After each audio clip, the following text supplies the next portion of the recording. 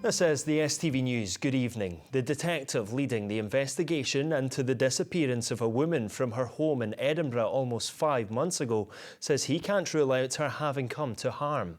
Today, the mother and daughter of 35-year-old Kasia Smith appealed for information, saying they're sick with worry and just want her back. Here's our senior reporter, Gordon Cree.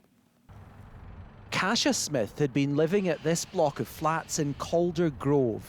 Today, windows there had been boarded up.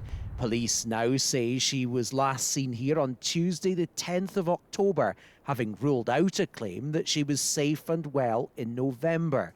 Her daughter has spoken for the first time about her disappearance. I recently had my 18th birthday and didn't hear anything from my mum.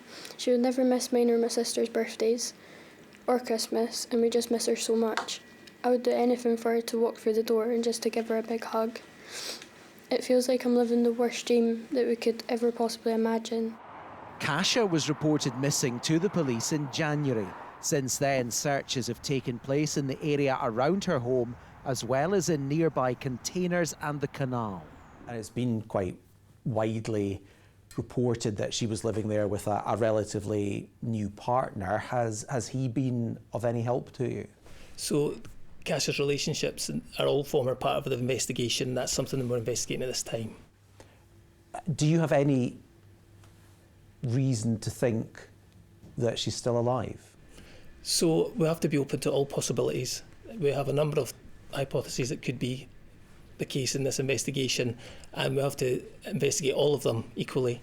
And obviously the possibility of her having come to harm is one possibility, yet we still maintain hope that she may be alive and that we can still find her.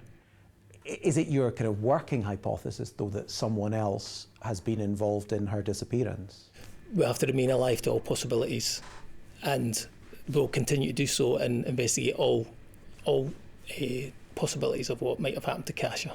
Detectives say they're now looking closely at Kasia's movements in the months before she went missing.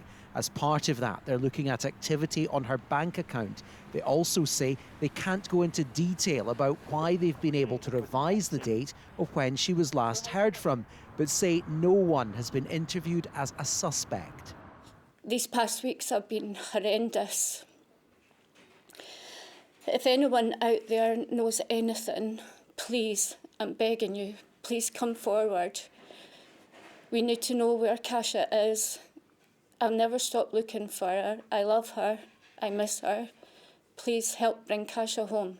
For months now, Kasia's family and friends have been desperate to know what happened to her.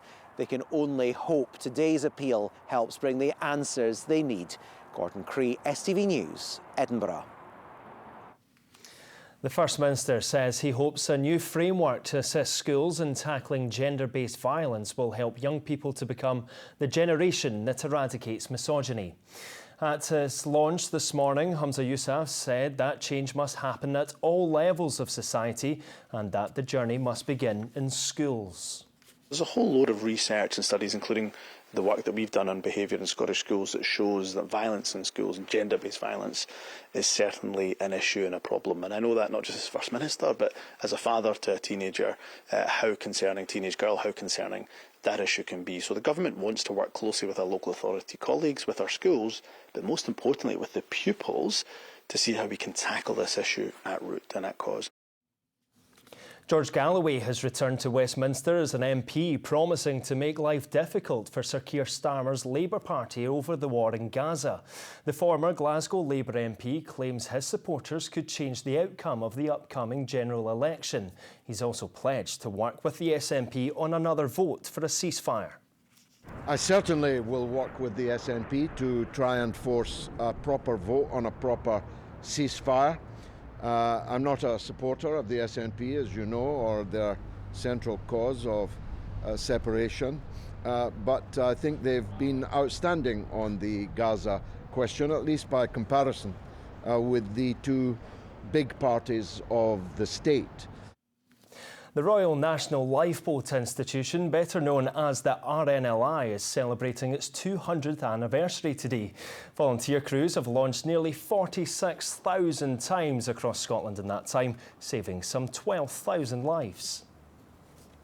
To football, and Celtic have written to the SFA raising serious concerns over the use of VAR and refereeing decisions during their defeat to Hearts.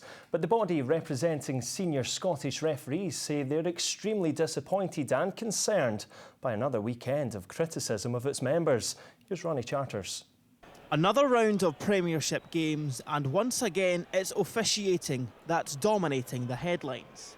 Brendan Rodgers labelled the refereeing display at Tynecastle yesterday as awful, as ref Don Robertson and VAR John Beaton were in the spotlight.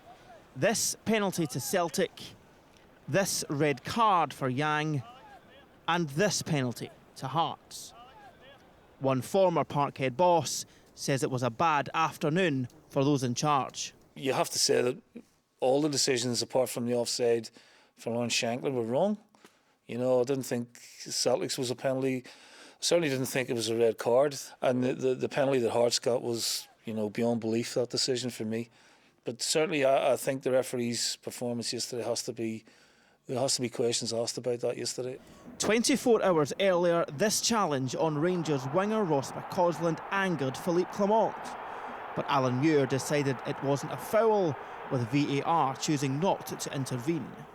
One former Ibrox boss was scathing in his assessment of Scottish referees. Yeah, the referees are just not very good. And VAR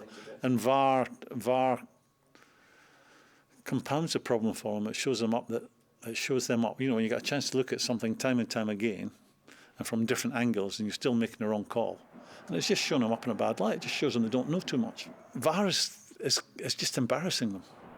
On the pitch, the gap remains 2 points. Rangers suffered a shock 2-1 defeat at the hands of Motherwell, moving the Steelmen within 2 points of the top six after their first League One at Ibrox in almost 30 years. 24 hours later in the capital, Celtic failed to capitalise. Hearts putting the champions to the sword in a 2-0 win, cementing Stephen Naismith's side's place in third spot. Ronnie Charters, STV News. Now here's Sean with your weather. Low pressure will be accompanied by a sudden downpour of deliciousness.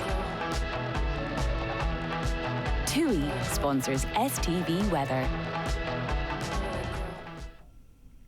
Very good evening to you. A lot of cloud out there through this evening. Some outbreaks of rain after a pretty decent old afternoon. Plenty of sunshine, spring-like as well, with highs up to about 10 degrees. Don't worry if you missed out on it today. Later on the week, Wednesday and Thursday, not looking too bad in the west of the country. Not so great in the east, though, a bit more cloud and some drizzle. But I don't expect we're going to see heavy rain through this week, although tomorrow there will still be some rain around. Leftovers of that band of rain coming in tonight, drifting across Fife, Mid Lothian, East Lothian, the capital, and also the border. So a bit of a damp start here, but drier and brighter in the afternoon. In the west, after a sunny start to the day, we see more cloud and rain coming in. So getting better during the day in the east and going downhill in the west. We start off with the sunshine and the rain coming in. Temperatures 9 or 10 degrees. But I think tomorrow, probably the wettest day of the week, because it gets better for many of us. Wednesday and Thursday, lots of dry, sunny weather, blue skies in many western parts, especially across the Hebrides, although it will be quite windy, a bit more cloud and the risk of some light showers in the east. Night-night. TUI sponsors STV weather. And that's where we'll have to leave it for the moment. Enjoy the rest of your evening. Good night.